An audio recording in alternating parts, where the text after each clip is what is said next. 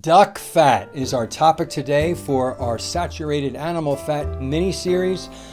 Have you had any duck fat before, and where do you get duck fat? Interesting, right?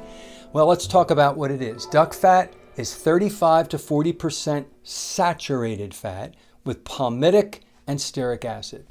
It is 50 to 55% monounsaturated fat, high in oleic acid, and it has about 10% polyunsaturated fat in the form of linoleic acid. Now, where do you get duck fat from? You can find it in a gourmet food store, or again, you can buy everything online. You can order it online. Some French and high-end restaurants use duck fat for frying or roasting.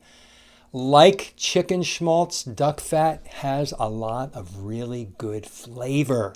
Unique, delicious flavor. I love duck fat. I get mine in a jar because I don't make duck. Now, my friend Rick, who lives in Miami, may have lots of duck fat because he makes a lot of duck. He has ducks. He sees them. He captures them. He cooks them.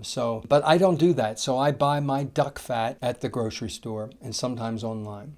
Tell me if you use duck fat, if you've ever tried it, if you'd like to try it, in the comments. Tell me about that.